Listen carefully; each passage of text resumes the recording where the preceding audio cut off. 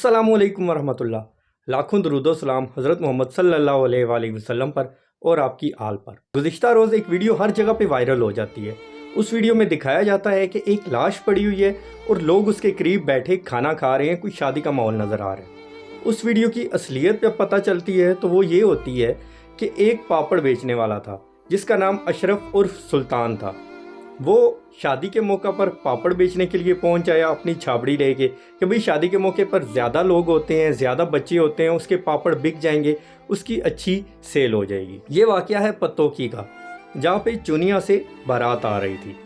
क्योंकि शादी का माहौल था तो लोग वहाँ पे पैसे उल्टा रहे थे और उसने भी पैसे लूटना शुरू कर दिए। इसी दौरान उस पे इल्ज़ाम लगाया गया कि वो जेब कतरा किसी की जेब काट रहा था, किसी का पर्स या किसी का मोबाइल मार रहा था, जिस पे उसे घसीटते हुए शादी हाल के अंदर ले जाया गया। उस पे घूंसों ठुड्डों लातों की बरसात की गई और उसे हलाक कर दिया गया। और बेहिसी का आलम तो देखें, जब वो हलाक हो गया, फोत हो गया, मर गया, उसके जिस्म से जान निकल गई तो उसको वहां पे ही छोड़ा गया। टेबल से उठा के एक चादर उसके ऊपर डाली गई और खुद सब खाना खाने में मगन हो गए। उस गरीब की लाश वहां पे पड़ी रही, उसके ऊपर मक्खियां बैठती रही, उसके ऊपर से बच्चे कूदते रहे और ये जनाब खाना खा रहे हैं। और अगर आप वीडियो गौर से देखें तो हाल में कम से कम 150 से 200 बंदे मौजूद हैं और सारे के सारे खाबे उड़ा रहे हैं।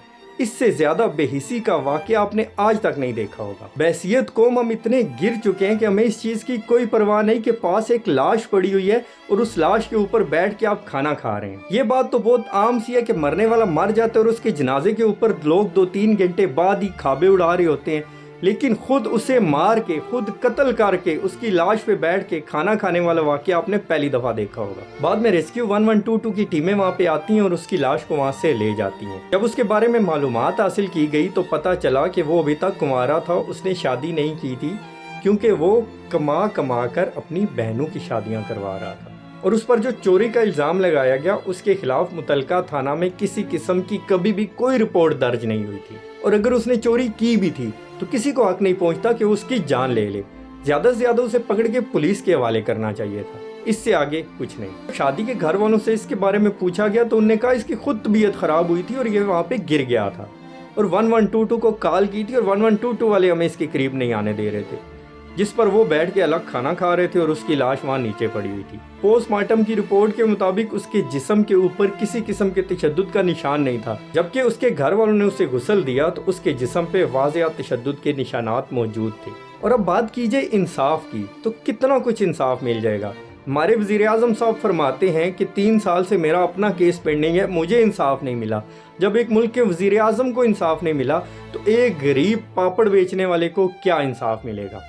गुज़िश्ता जो साने हो चुके उनमें कितना इंसाफ मिला, किस तरह से लोग बाद में छूट गए।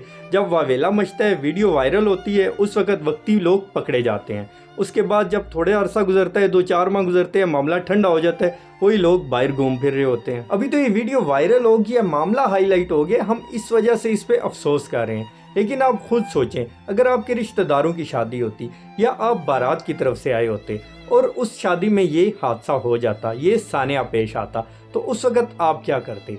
आप पुलिस को कॉल करके बुलाते, उन्हें पकड़वाते, या आप उस मासूम को अस्पताल लेके जाते, या फिर बैठ के खाबे उड़ा रहे होते? सोचिएगा ज़रूर। इजाज़त दीजिए, अल्लाह हाफ़िज़।